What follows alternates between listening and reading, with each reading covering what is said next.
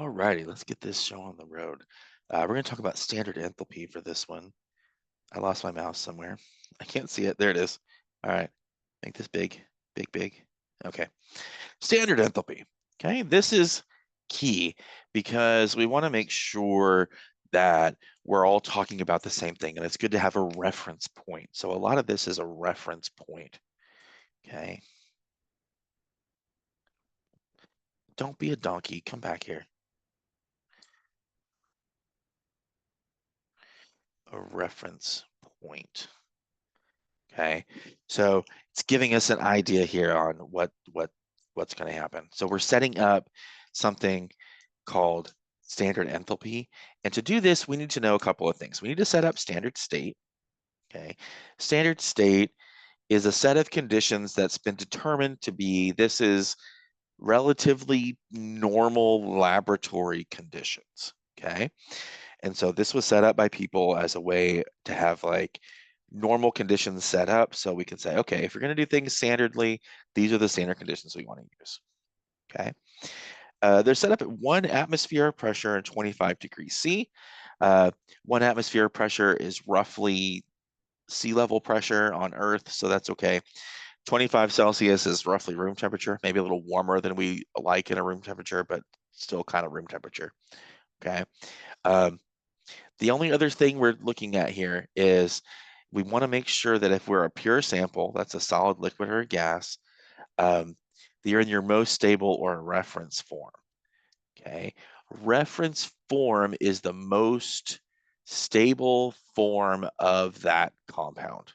Okay, for most things, it's whatever form you think of for that thing, that's the reference form. So like for oxygen, O2 gas is the reference form, right? It also exists as ozone, but ozone is not the reference form oxygen is, okay? Right, it's like thinking about, I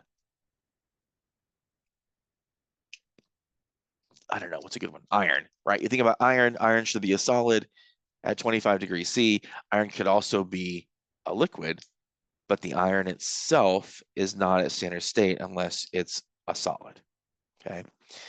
The other caveat we throw in here is that if you're something that's in solution, okay, then that thing's got a 1 molar concentration. We don't often do experiments at 1 molar concentration, but standard state requires that we have a 1 molar concentration, okay? Our other components here that go into standard enthalpy are standard enthalpy change. This is called delta H naught. Naught is a weird word, naught. Okay, that's this little circle next to the delta H. Okay, that is telling us that we are at standard state. Okay, and as we get further in our careers, you get into Gen Chem 2, we'll talk about this a lot. There's a lot of things that have not because they're in standard state.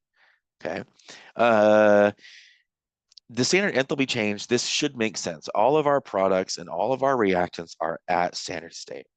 Okay, so this is just the delta H of the reaction if everything is at standard state.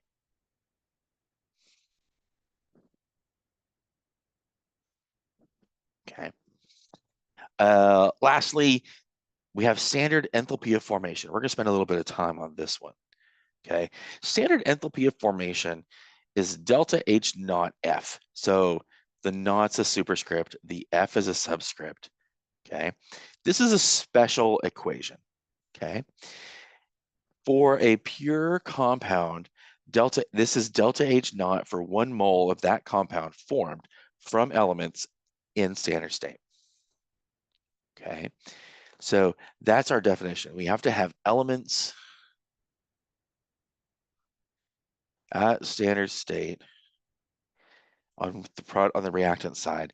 The product side is 1 mole of whatever you're doing in whatever state it is. Okay.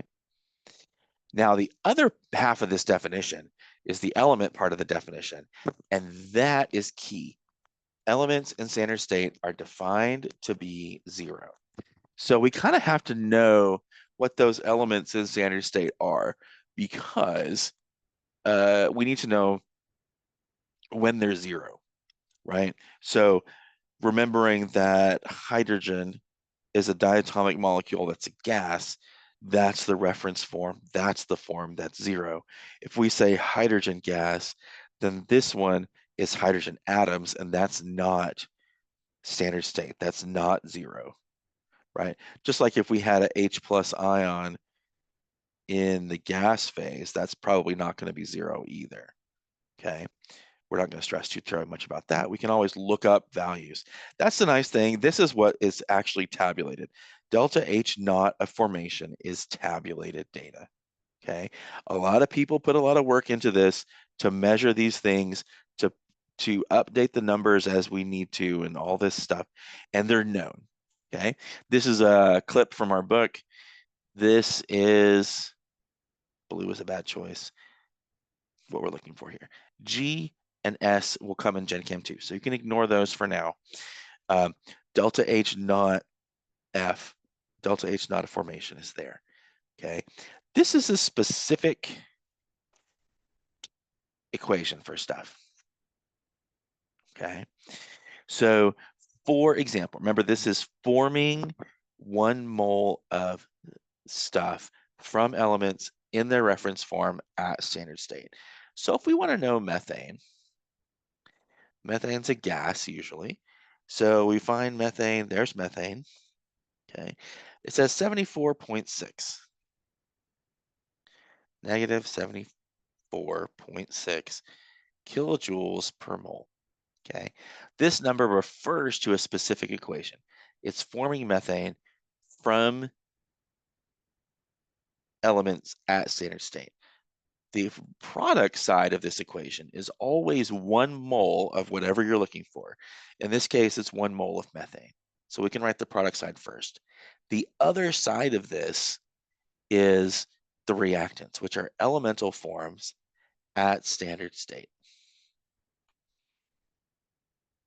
Okay, so let me move this over a little bit.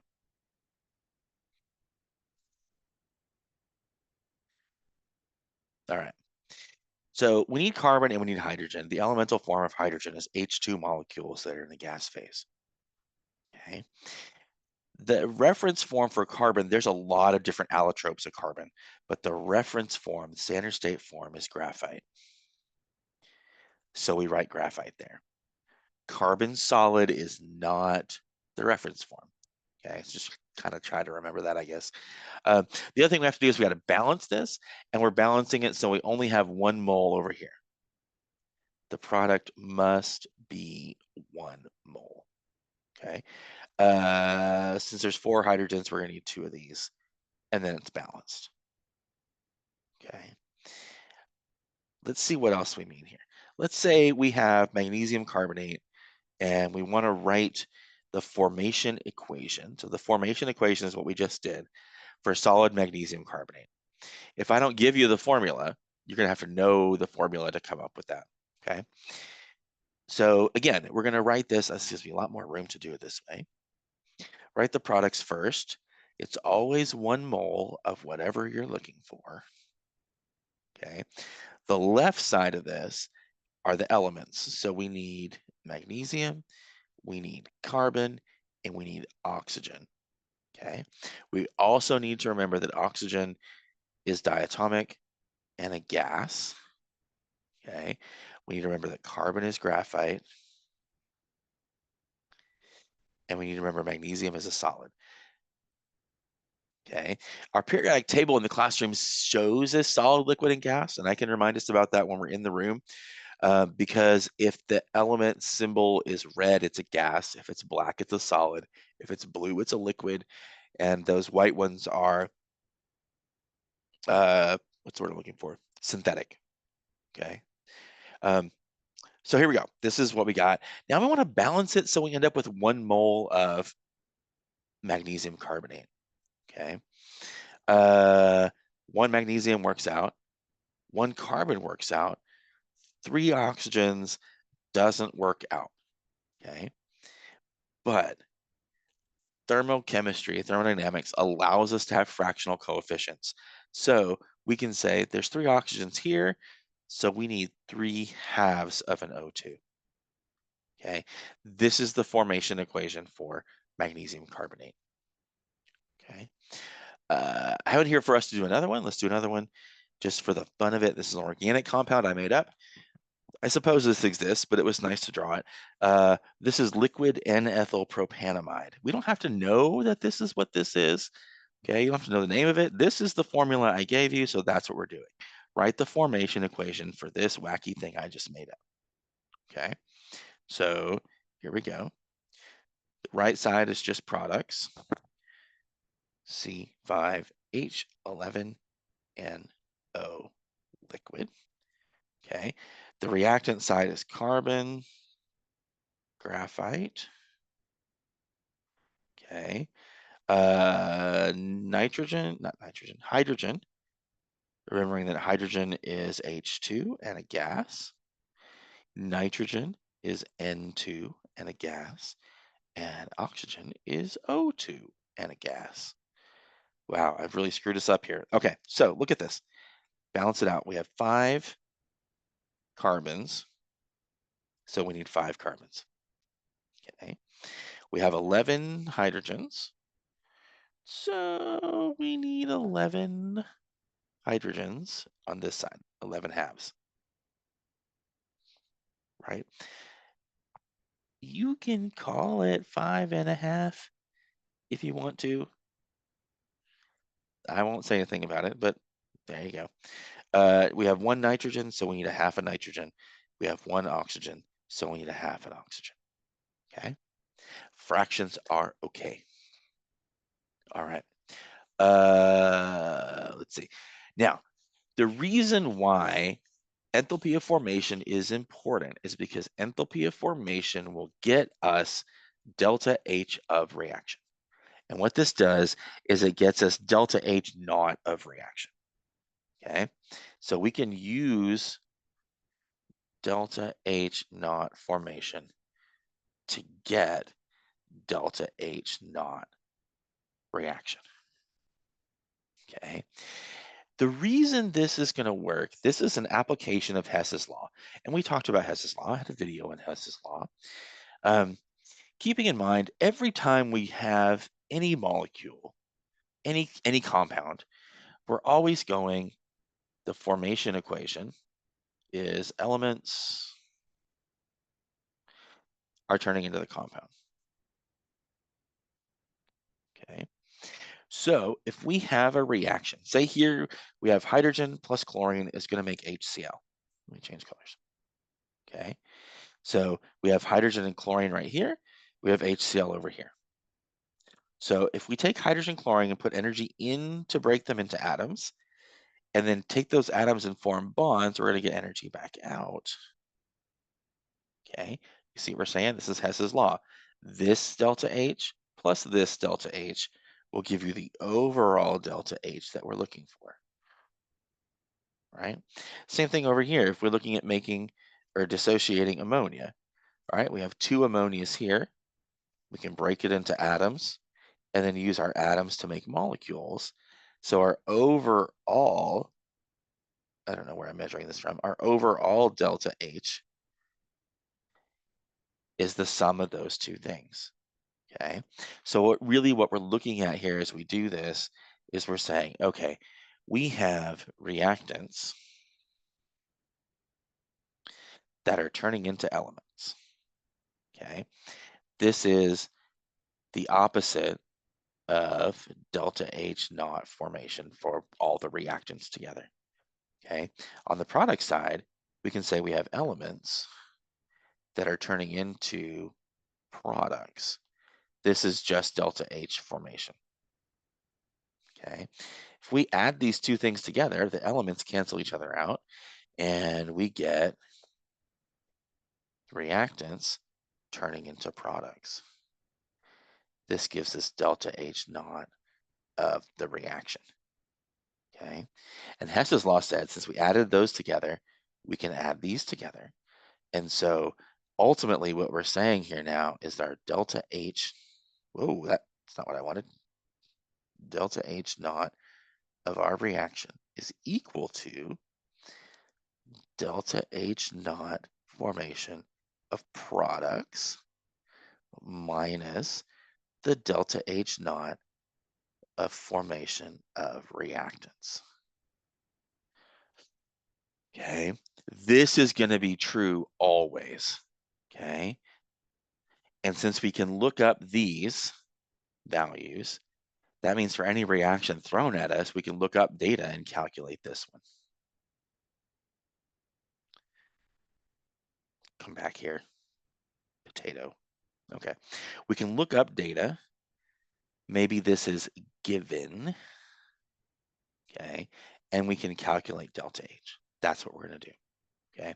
So let's do this example and say, okay, we're going to use formation data to determine this.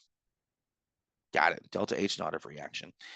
Okay, remembering now, delta H naught is the sum of delta H naught formation of products minus the sum of delta H naught formation of reactants. Okay, all that means is we're adding them together for all of the things, because every one of these delta H naughts of formation is for 1 mole. We're going to have to multiply by coefficients. Okay, and it's always products minus reactants. So what we're going to have here is we're going to say delta H naught of the reaction is equal to 4 times NO gas. Find NO gas. Here's NO gas, 91.3. Okay, I'm going to show you a unit trickery here that will be exciting. So I'm using too many dots. Let's do this. 4 times 91.3, okay, plus 6 times water gas. Now we have to pay attention because water's on here as a gas and a liquid. So make sure we're getting the gas number. There's the gas number, 241.8 negative. Wham. Okay. So all of this added together minus, okay, 4 times ammonia. There's ammonia gas, negative 45.9.